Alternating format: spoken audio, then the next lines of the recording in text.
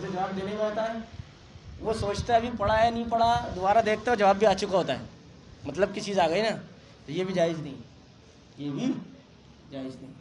کیوں؟ اب فون بج رہا ہے آپ اٹھا ہی نہیں رہے, آپ بولو گے کیوں جائز نہیں ہے. اب میں آپ کو آواز دوں کہ فیض اللہ بھائی آپ سن کے انسنی کر دو, جائز ہے.